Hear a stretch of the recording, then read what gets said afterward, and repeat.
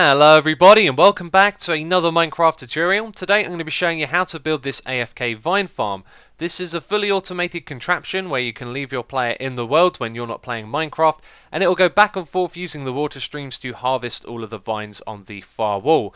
As you can see, this contraption is not that big, it's fairly slim. It uses a small amount of redstone. It's got an automatic shear replenishing system as well, which means that you can leave this thing running for a long time. Now obviously vines grow at a very slow rate, so it's not a fast farm at all. It does run very slow, but it is fully automatic, so once you built it in your world you can set your player up to AFK and you can get yourself some vines automatically.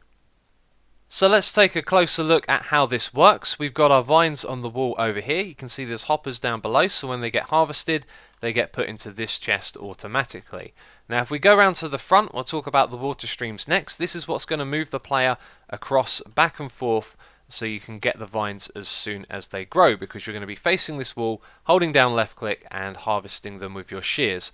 So when you're in the water stream you're going to have your back against the fence post, and that means that you can activate the pressure plate whilst being moved by the water streams. So when you activate a pressure plate you're going to set off this piston. You can see the water streams have changed. That's because this redstone signal has travelled down below, and what it does is it activates the dispenser on either side. So you can see that this one is activated and that one isn't, and then when we power it they're going to swap around. So when you arrive at the end of the water stream you're going to hit the pressure plate and then you're going to be pushed all the way down to the other end.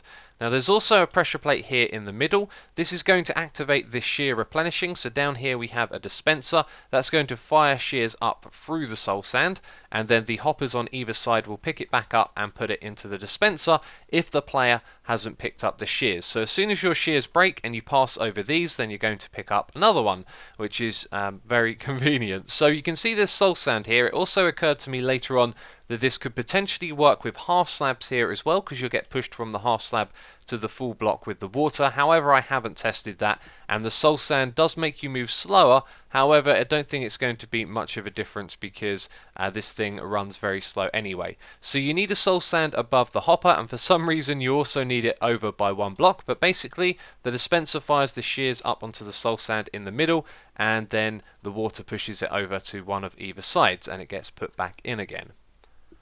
So I've already made a video on how to do AFK farming, and I'm going to link you to that one because it's going to cover this in much greater detail than I will in this video.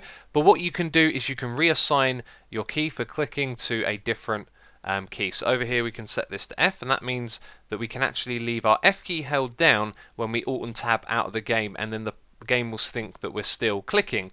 In order to do that you have to press F3 and P. If you press those two together it will allow you to alt and tab whilst holding down a button, i.e. F for click, and then it won't pause your game, and that's very important because you have to do that in order to use this farm. So that other video will go over that in greater detail, but the setup here is pretty simple. Our inventory is full of glass and we have some shears, so as soon as these break, the shears we're going to pick up from the middle will go into this slot that we're holding down right here. So that's the way we can AFK for a long time. So we're going to hop in the water right here, and I'm going to look at the wall, and you can see that we drop down a little bit when we're on the soul sand, but it's here that you want to press F so that you're actually aiming at the vines each time, and it might take a second to get going there. And now you can see when we bob down and then bob back up again, we're always pointing at the vines, and they're going to get picked up and they're going to fall down into the hoppers down below, which is exactly what we want. So this is the AFK setup right here, and there's one other thing that I should mention, is that moving in this water will actually affect your hunger level, so it'd be a really good idea to have a beacon with regeneration on if you want to do this for long amounts of time. Otherwise you want to check up on your player regularly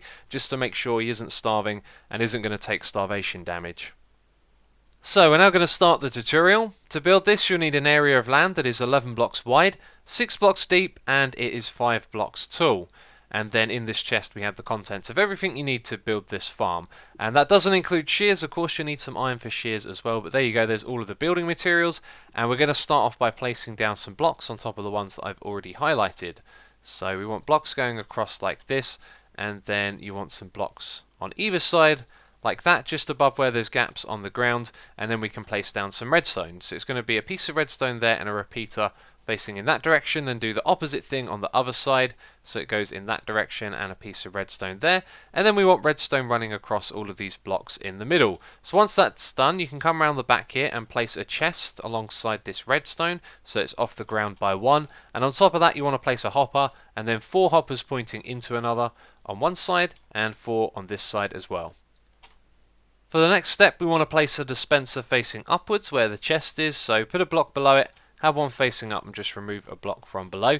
You want a hopper on either side pointing into the dispenser, and above it we're going to put some soul sand, and that goes out by 1 block from where the hopper is on either side, like so. So then you can put another block at either end and then put another dispenser facing upwards on this side, and then do the same thing on the opposite side, like so. So the next step is to put 3 blocks here on this corner, do the same thing on the other corner as well, so it's just 3 blocks around the hoppers, and then 3 blocks here in the middle, like so. Those 3 are very important. They're going to stop the dispenser from putting the item around the back, and then you just want a row of blocks that goes all the way across the front here and wraps around at the side of the dispenser, and do that on this side as well.